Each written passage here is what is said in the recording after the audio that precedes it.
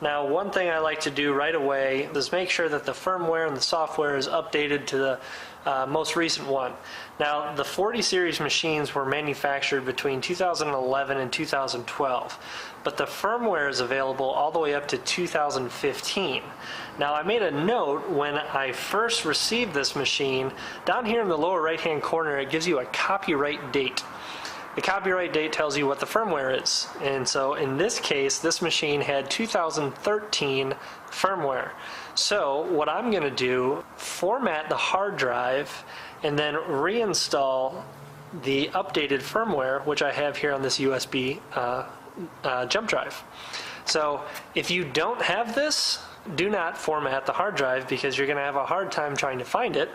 I just happen to have a friend that works for Toshiba, and they gave it to me. Now, if you know anybody who is a certified Toshiba representative, you can get it from them. They may charge you for it, they may not. I don't know.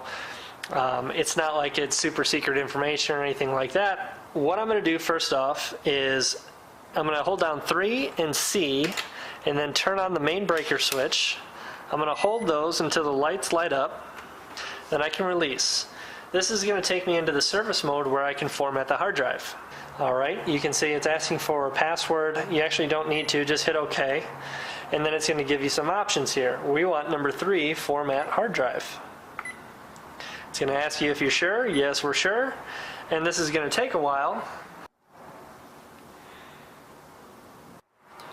Okay, now we can see that the format has been completed, and they're asking us to restart the multifunctional printer.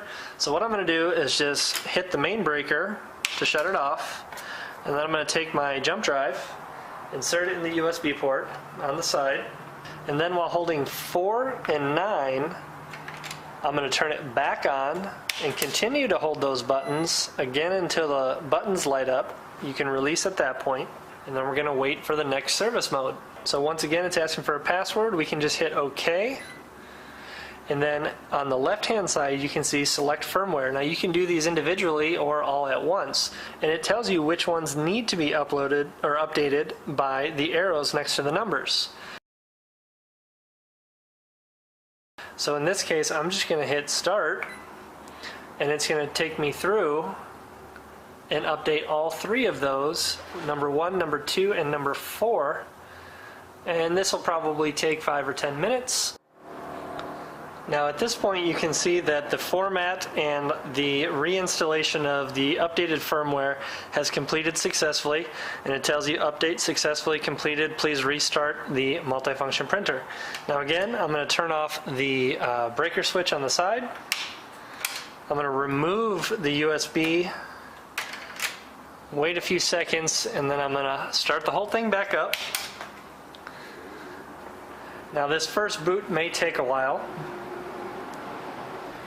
but as you can see down here, it says copyright 2015 Toshiba Corporation.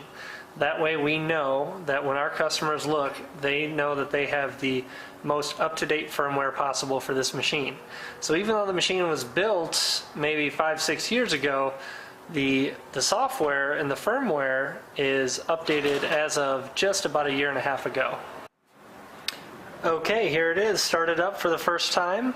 It went through its auto calibration, it went through its self-check, everything came up good, which is a good thing. Now first thing I'm going to do is go to my user functions, go to admin, go to the password, and the default password is 1234556. And the first thing I'm going to do is go to the general and energy saver, because right now, since we updated the firmware, it's only set at 1 minute before it goes into energy saving mode. I'm going to change that to 15, and then I'm going to go to the sleep and super sleep. That's also set to 1. I want to change that to 60 minutes on the sleep timer, and then I'll just leave the super sleep enabled.